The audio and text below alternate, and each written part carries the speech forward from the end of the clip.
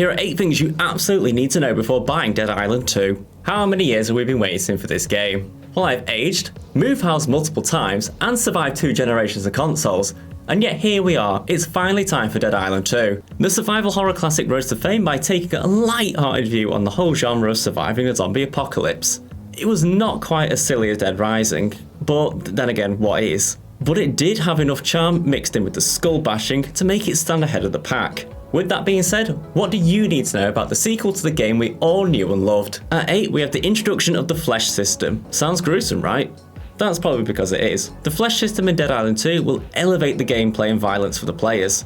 Flesh stands for Fully Locational Evisceration System for humanoids. But that is a right mouthful to say, so flesh just sounds nicer. The flesh system in Dead Island 2 is basically how the dismemberment works in the game. If you slice an arm with a sword, it will fall off. Different weapons have varying results on zombies when it comes to the flesh system.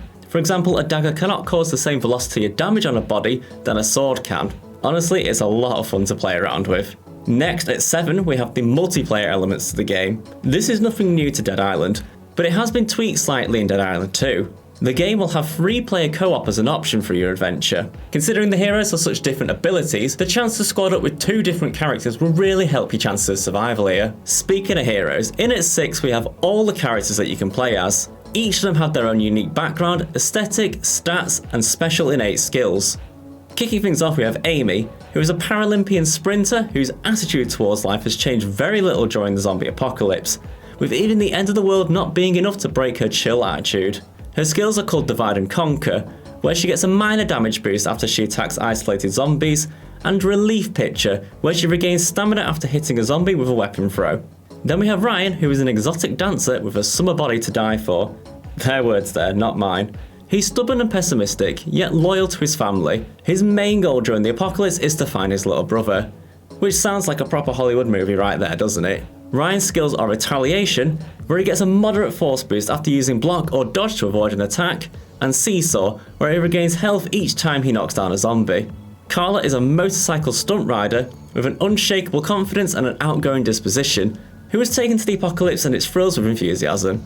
Her skills are called Dig Deep, where she gets a moderate toughness boost while her health is critical, and Mosh Pit, where she gets a minor damage boost when close to multiple zombies. Bruno's next, and he's lived a rough life that's prepared him for the zombie apocalypse. He's a calculated hustler who always has a plan, and he knows exactly what it takes to pull off risky moves. His skills are called Backstab, where he gets a moderate damage boost when attacking zombies from behind, and Rapid Reprisal, which boosts Bruno's ability and heavy attack charges when he avoids attacks with a block or a dodge. Danny is a headstrong rockabilly brawler who hails from Cork Island. While she may be new to the mean streets of LA and the apocalypse, she has the determination to plough through any challenges and keep on surviving. It is basically like playing the game as WWE's Becky Lynch if she chose to have the attire and tattoos of Shotzi Blackheart. Her skills are called Bloodlust, where she regains health when slaying multiple zombies in quick succession, and Thunderstruck, where her heavy attack triggers a forceful explosion upon impact. And finally we have Jacob, who cares little for self-preservation and a healthy lifestyle, but he revels in slaying the undead across California, making his newly acquired life perfect for him. His skills include Feral, which allows Jacob to get a stackable minor damage boost when attacking in quick succession, and Critical Gains, which gives Jacob a moderate critical damage boost while his stamina is low, with critical hits also regaining his stamina. Next at 5 we have the card system.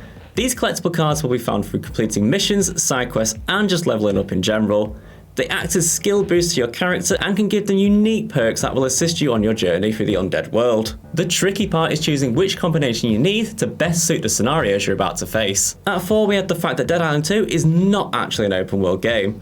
This came as quite a shock to a lot of people, as being open world is near enough the norm now for pretty much every game. But the devs decided to go back to basics here and create the world as linear. Dying Light 2 kinda set the bar high as to how an open world game should be, but it was also heavily criticised for being way too long and having too many quests relying on just travelling a long distance to grab something and bring it back. I think it's safe to say the Dead Island 2 devs took note of this and stuck with what they knew best.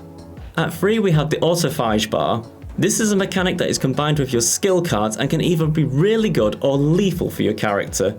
Some skill cards you equip will really benefit the bar and make your character perform their zombie stomping duties a lot better, but they can vastly raise your autophage levels, which is far from ideal. Think of this bar like the madness meter in the Amnesia games. The higher the bar is, the more negative effects will happen to your character. While it is tempting to just equip the best cards possible, the long-term effects could be brutal, so balance is essential here. At 2 we have the blueprint system. We've all seen the blueprint system in games before, where you can find it and just craft one singular item each time.